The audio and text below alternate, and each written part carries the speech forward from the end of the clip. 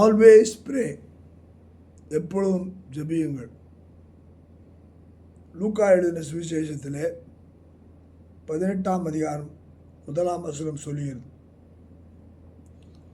ஜெபிப்பு என்பது சோர்ந்து போகாமல் எப்பொழுதும் ஜெபம் பண்ண வேண்டும் என்பதை குறித்து. சோர்ந்து போவோம் ஜெபம் என்று சொன்னாலே, ஜெபிக்க ஆரம்பிக்கும் போது நமக்கு தடைகள் ஏற்படுகின்றன. ஜெபம் என்று சொன்னாலே, ஜெபிக்கும்போது சோர்வினாலே நாம் அசதியாய் தூங்கத்தக்கதான நிலைமையும் நமக்கு ஏற்படுகிறது.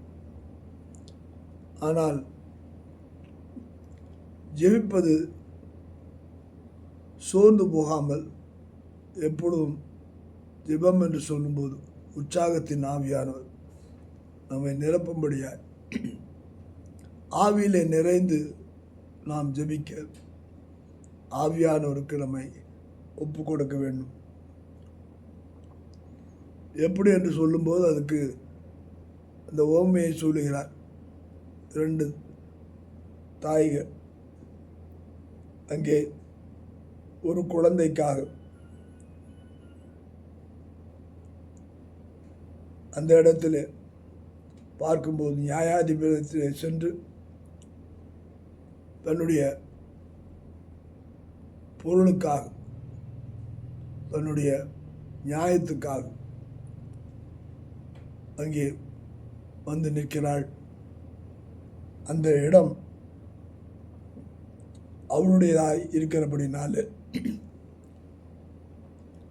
அவள் வந்து தொந்தரவு செய்கிறாள். அதே போலத்தான் நாமும் ஜெபத்தில் ஆண்டவரை அலட்டும்போது ஆண்டவர் நமக்கு வெற்றியை கொடுக்கிறார். ஒரு பொருளுக்காக பெற்றுக்கொள்ள நாம் ஜெபிப்போம், ஜெயம் பெறுவோம். கர்த்தர் நம்மை ஆசீர்வதிப்பாராக. ஆமென்.